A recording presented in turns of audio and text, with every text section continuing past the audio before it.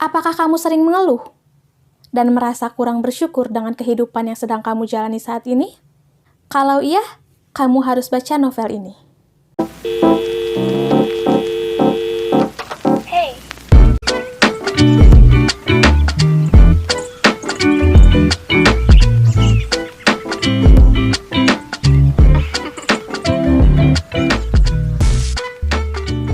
Hai, assalamualaikum semuanya. Welcome back, bareng lagi sama Nada di sini. Selamat datang di segmen Review Time. Di segmen ini aku akan berbagi tentang buku-buku apa saja yang sudah aku baca. Dan di video kali ini aku akan menceritakan tentang buku yang berjudul Perpustakaan Tengah Malam karya Matt Haig. Semoga aja benar ngomongin seperti itu. Atau yang lebih sering dikenal dengan judul Midnight Library. Tapi sebelum itu jangan lupa klik tombol subscribe di bawah ini sebagai bentuk dukungan kamu buat aku. Kalau udah, kita langsung aja ke videonya. Novel ini menceritakan tentang Nora Seed, seseorang yang memiliki keinginan dan akan mengakhiri hidupnya. Namun, alih-alih mati, Nora malah masuk ke dalam sebuah perpustakaan besar yang berisikan buku-buku kehidupannya. Untuk kesan awal ketika aku membaca novel ini, ada sedikit aura atau nuansa gloomy gitu. Sangat tidak tepat, sangat tidak cocok menurutku ketika dibaca setelah aku selesai membaca No Longer Human. Karena temanya atau isinya tuh ya sama-sama hampir serupa tentang curahan hati seseorang yang ingin mati. Dan menurutku itu sangat tidak cocok. Dan karena itu, di awal aku hampir memutuskan untuk tidak melanjutkan membaca novel ini. Karena ya batin aku sudah lelah gitu ya. Tapi ternyata ketika semakin aku baca, ada sedikit harapan-harapan, cahaya-cahaya yang muncul ketika aku membaca novel ini. Sehingga akhirnya aku memutuskan untuk tetap lanjut membaca dan aku tidak menyesal sama sekali. Seperti biasa, aku akan menceritakan tentang hal-hal yang aku suka dari buku ini.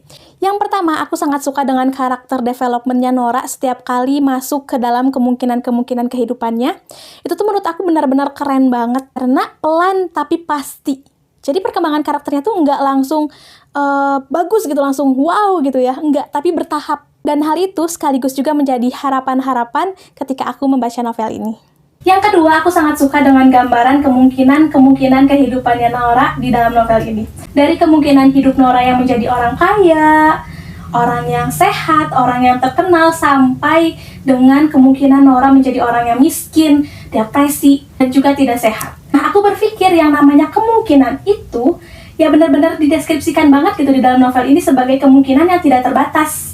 Jadi, aku sangat suka sekali. Kemudian yang ketiga, aku juga suka dengan bagaimana di dalam setiap kemungkinan kehidupan Nora itu ada segala emosi di dalamnya.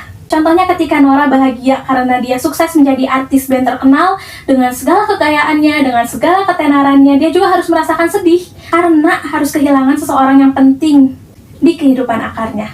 Emosi-emosi itu datang dengan paket lengkap. Jika ada kebahagiaan, pasti ada juga kekecewaan gitu atau kesedihan. Dan balik lagi ke poin pertama, bagaimana sikap Nora menghadapi kemungkinan-kemungkinan itu dari kemungkinan kehidupan yang satu ke kemungkinan kehidupan yang kedua, dan seterusnya. Itu tuh sangat merubah pandangan Nora tentang kehidupan. Dan secara tidak langsung juga, hal itu memengaruhi sudut pandangku kepada kehidupan dari kacamata pembaca. Untuk hal yang kurang aku suka dari novel ini, menurutku ini nggak tahu apakah bisa dimasukkan ke dalam kekurangan atau tidak, tapi aku tuh sangat mengharapkan hubungan asmaranya Nora tuh bisa lebih baik dari apa yang diceritakan di ending novel ini. Jadi untuk ending sendiri aku tidak terlalu satisfied atau tidak terlalu puas dengan endingnya. Karena ya itu tadi, ada beberapa hal yang aku expect lebih tinggi dari apa yang bisa Nora dapatkan gitu setelah pelajaran-pelajaran yang dilaluinya di kemungkinan-kemungkinan hidupnya yang pernah dia jalani.